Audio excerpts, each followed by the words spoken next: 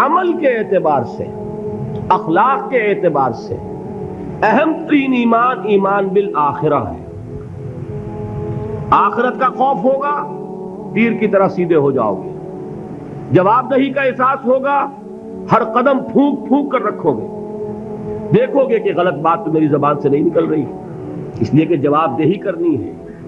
اللہ کے ہاں account for کر سکوں گا کہ نہیں، جسٹیفائی کر سکوں گا کہ نہیں، مجھے یہ کہنے کا حق تھا کہ نہیں، میرے لیے یہ لقمہ حلال ہے کہ نہیں، میرے لیے یہ بات جائز ہے کہ نہیں۔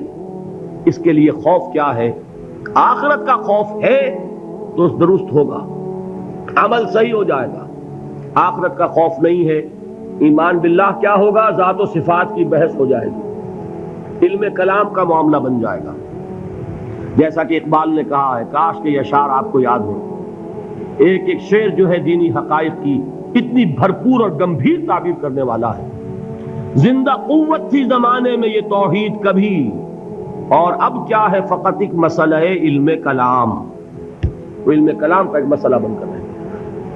وہ توحید کے جو کریکٹر کو ٹرانسفارم کر دیتی تھی، وہ توحید جو انسانی شخصیت کو رنگ دیتی تھی، صبغۃ اللہ ومن احسن من اللہ صبغہ، آج وہ چند مسئلوں کی بحث کے اندر محدود ہو کر رہ گئی۔ یہ جان لیجئے ایمان باللہ ایک ذہنی عیاشی بن جائے گی اگر آخرت کا خوف نہیں۔ ایمان بالرسالت عشق رسول کی وہ شکل اختیار کرے گا جو آج آپ کے معاشرے میں ہے۔ آپ تماشے کریں گے، جلسے کریں گے، جلوس نکالیں گے، آتش بازیاں چڑھائیں گے، لیکن اتباع رسول نہیں ہوگا۔ کیوں نہیں ہوگا؟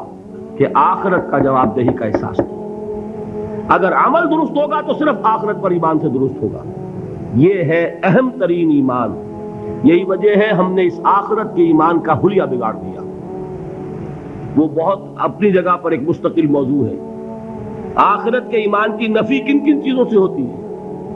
ایک یہ تصور جو یہودیوں کا تھا، نحن ابناء اللہ وحباؤہ، ہم تو اللہ کے بڑے چہیتے ہیں، لاڈلے ہیں، ابراہیم کی اولاد ہیں، اور ہمیں تو آگ چھوئے گی نہیں، چھوئے گی تو چند دن کے لیے، لن تمسنا النار الا ایاما معدودہ۔ معلوم ہوا کہ آخرت کو مان بھی رہے ہیں، آخرت کا خوف نہیں رہا۔ جب ہم چہیتے ہیں، لاڈلے ہیں، سیاں بے کوتوال، کاہے کا ڈر؟ لہذا ہمیں تو کوئی خوف نہیں، جہنم ہوگی دوسروں کے لیے، ہمارے لیے تو ہے نہیں۔ یہی بات ہمارے ذہنوں میں بیٹھی ہوئی ہے۔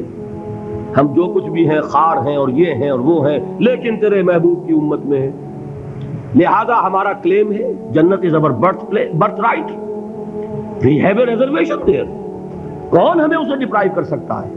معلوم ہوا کہ آخرت پر ایمان ختم ہو کر رہ گیا اپنی تاثیر کے اعتبار سے۔ اس کا آپ کے کردار پر، آپ کے اخلاق پر، آپ کے عمل پر کوئی اثر مترتب نہیں ہوگا، اس لیے کہ نفی کر دی ہے اس تصور۔ اور اس میں کوئی ایک چیز نہیں، بے شمار چیزیں ہیں جس نے آخرت کا سارا خوف دلوں سے نکال لیا۔ اور آخرت کا خوف نہیں ہوگا تو عمل درست نہیں ہوگا، پھر عشق رسول وہ شکل اختیار کرے گا۔ کھڑے ہوئے ہیں اور نعت میں زمین و آسمان کے قلابے ملا رہے ہیں، اور شکل دیکھیے تو 12 بجے ہوئے ہیں۔ سنت رسول صلی اللہ علیہ وسلم کی توفیق نہیں ہے، لیکن عشق رسول کے وہ بلند باغ دعوی ہیں کہ معلوم ہوتا ہے کہ اپنی جان اور تن اور من اور دھن سب کچھ ابھی نچھاور کر دیں گے، لیکن یہ ہے کہ رسول کا اتباع نہیں کر سکتے، رسول کے نقش قدم پر نہیں چل سکتے۔ قرآن پر ایمان کے دعوی ہیں، قرآن جس شے کو حرام ٹھہرا رہا ہے اسے اپنے لیے جائز کیا ہوا ہے۔ اللہ کے رسول فرماتے ہیں، ما آمن بالقرآن من استحل محارمہ، جو قرآن کی حرام کردہ کسی شے کو اپنے لیے حلال ٹھہرا لے، اس کا قرآن پر کوئی ایمان نہیں۔ یہ سب کچھ کیوں ہے؟ آخرت کا خوف ہے۔ قرآن مجید میں پہلی وحی جو آئی تھی اقرا، ان 5 آیات کے بعد 3 آیات ہیں، کاش کہ کوئی، جو میں نے آپ کو پہلے بتایا اس فلسفی کا نام جس نے 2 کتابیں لکھی، کانٹ، کاش کہ کوئی اسے یہ 3 آیات پڑھا دیتا۔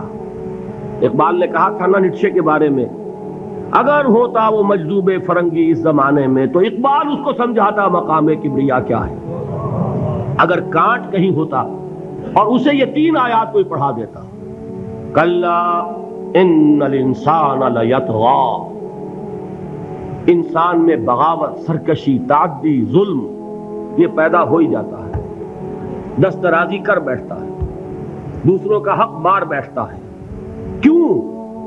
الراہ استغنا، کہ وہ دیکھتا ہے کوئی پکڑ نہیں ہے.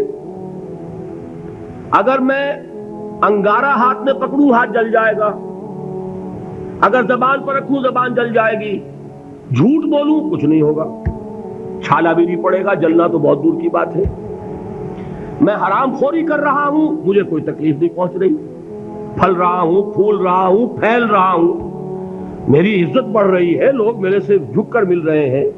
سب کو معلوم ہے کہ حرام سے کما رہا ہوں، سب کو معلوم ہے اسمگلر ہوں، سب کو معلوم ہے بلیک مارکیٹئر ہوں، لیکن پیسہ ہے میرے پاس، بڑے بڑے لوگ آتے ہیں، علماء آتے ہیں اور وہ مجھ سے ہاتھ ملاتے ہیں، تو مجھے کیا ضرورت پڑی ہے کہ میں حرام خوری چھوڑوں؟ ہے نا یہ بات؟ دنیا میں ان افعال کا نتیجہ نہیں نکل رہا. یہ ہے وجہ کہ جس کی وجہ سے انسان سرکشی میں، تعدی میں، ظلم میں، غلط کاری میں، حرام خوری میں بڑھتا چلا جاتا ہے. اس کا علاج کیا ہے؟ ان الی ربک الرجعا، یقیناً تیرے رب کی طرف لوٹ کر جانا ہے. دیر ضرور ہے، اندھیر نہیں ہے، بدلہ مل کر رہے گا. ہر ایک کو اپنے کیے کا پورا پورا بدلہ. ایک میں آپ کو خطبہ سناتا ہوں نہج البلاغہ کا، جو بھی مرتب ہے اس نے حضور کے کچھ خطبات بھی جمع کیے ہیں. حضور کا ایک سادہ سا خطبہ ہے، اس سے آپ کو اندازہ ہوگا ایمان بالآخرہ پر کس درجے حضور نے زور دیا ہے. واللہ لتموتن کما تنامون، خدا کی قسم تم سب کے سب مر جاؤ گے جیسے روزانہ رات کو سو جاتے ہو. ثم لتبعثن کما تستيقظون، پھر تمہیں اٹھا لیا جائے گا جیسے روزانہ صبح کو بیدار ہو جاتے ہو. ثم لتحسبن بما تعملون، پھر تمہارا حساب کتاب لیا جائے گا ان اعمال کا جو کر رہے ہو. ثم لتجزون بالاحسان احسانا وبالسوء سوءا، اور پھر تمہیں لازماً بدلہ مل کر رہے گا، بھلائی کا بھلا بدلہ اور برائی کی بری سزا. اور وہ کیا ہے؟ وَإِنَّهَا لَجَنَّةٌ أَبَدًا أَوْ لَنَارٌ أَبَدًا، یا آگ ہے ہمیشہ ہمیش کے لیے اور یا جنت ہے ہمیشہ ہمیش کے لیے. یہ زور ہے کلام نبوی میں اس ایمان بالآخرہ کے لیے. قرآن مجید میں آپ دیکھیں کہ آخری پارے کی وہ صورتیں جو ابتدا میں نازل ہوئی ہیں، سارا زور آخرت پر. القارعہ ما القارعہ وما ادراک ما القارعہ یوم یکون الناس کالفراش المبثوث وتکون الجبال کالعہن المنفوش فاما من ثقلت موازینہ فہو فی عیشۃ راضیہ واما من خفت موازینہ فامہ ہاویہ وما ادراک ما ہی نار حامیہ.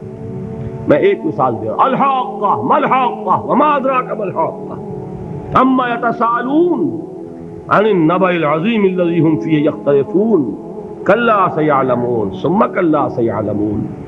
سارا زور آخرت پر ہے، اس لیے کردار بنتا ہے اس آخرت پر یقین کے نتیجے میں. عمل درست ہوگا اس آخرت پر یقین کے نتیجے میں.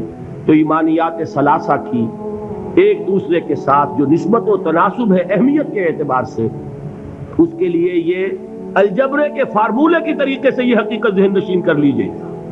علمی، اصولی، نظری، علمی اعتبار سے اصل اہمیت ایمان باللہ کی ہے.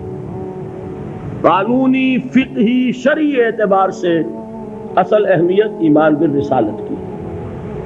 اخلاقی، عملی اعتبار سے اصل اہمیت ایمان بالآخرہ کی ہے.